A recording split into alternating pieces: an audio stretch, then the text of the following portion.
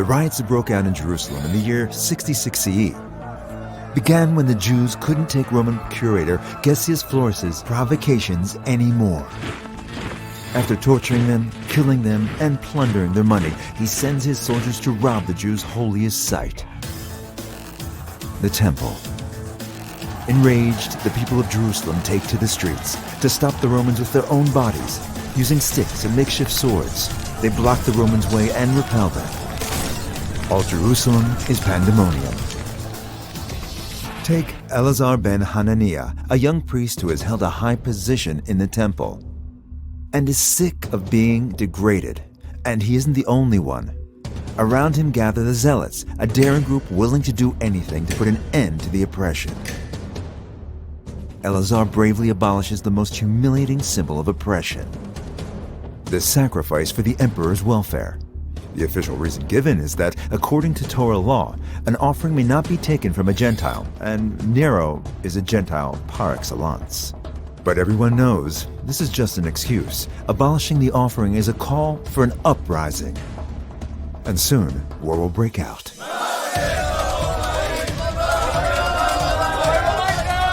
The leaders, priests, and elders fear the deterioration of relations with Rome. We must offer the sacrifice again, before we anger the Romans and spark a fire that will consume us all. An argument breaks out among the people. Some say the sacrifice must be offered. Some oppose it vehemently. But the Zealots hadn't come to listen to arguments. Convinced of their righteousness, they incite the crowd against the leaders and speak out against them. A civilized debate? You must be joking. Within minutes, the public gathering turns into a threatening mob. Josephus, the historian, himself a high-ranking priest, happened to be in the temple at that very moment. We were all struck with terror. I began to fear that since I took such a strong stance against rebelling, they'd suspect me too of siding with the enemy and kill me. I hurried away, deep into the temple. It seems the Jewish people are on a collision course with the most powerful empire in the world. But wait, the story isn't over yet. At this very moment, the influential sages are holding an emergency meeting. The sages understand the situation very well. They come to an agreement. Fighting the Romans is too dangerous. If we wish to maintain peace with the Romans, we must sacrifice the offering for the emperor's welfare.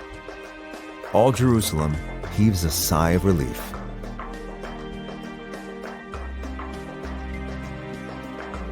Then, just before the meeting is adjourned, a twist in the plot.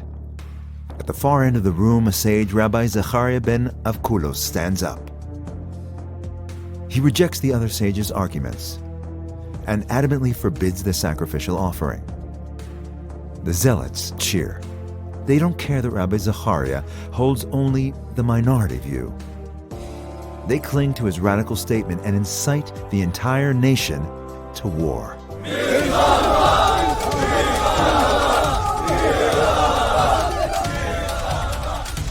humility of Rabbi Zechariah ben Avkulas destroyed our home, burned our temple,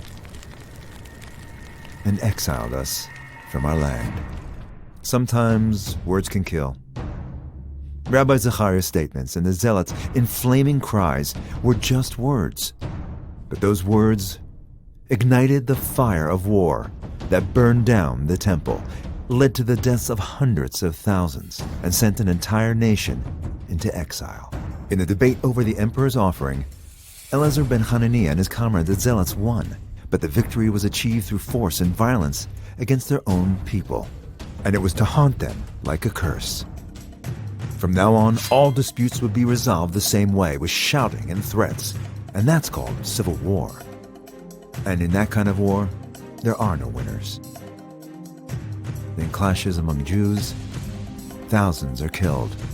Entire sections of the city are destroyed, and the stores of food that could have saved the besieged city go up in flames.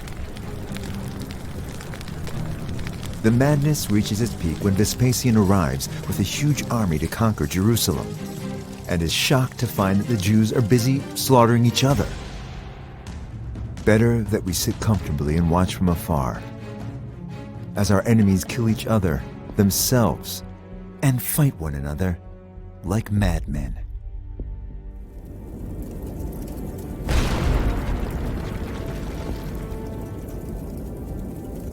It's easy to be wise in hindsight, but it's hard to know. If war, destruction, and exile of the Jewish people could have been prevented, would open, honest debate, without anger and harsh words, have had different results? A totally different history?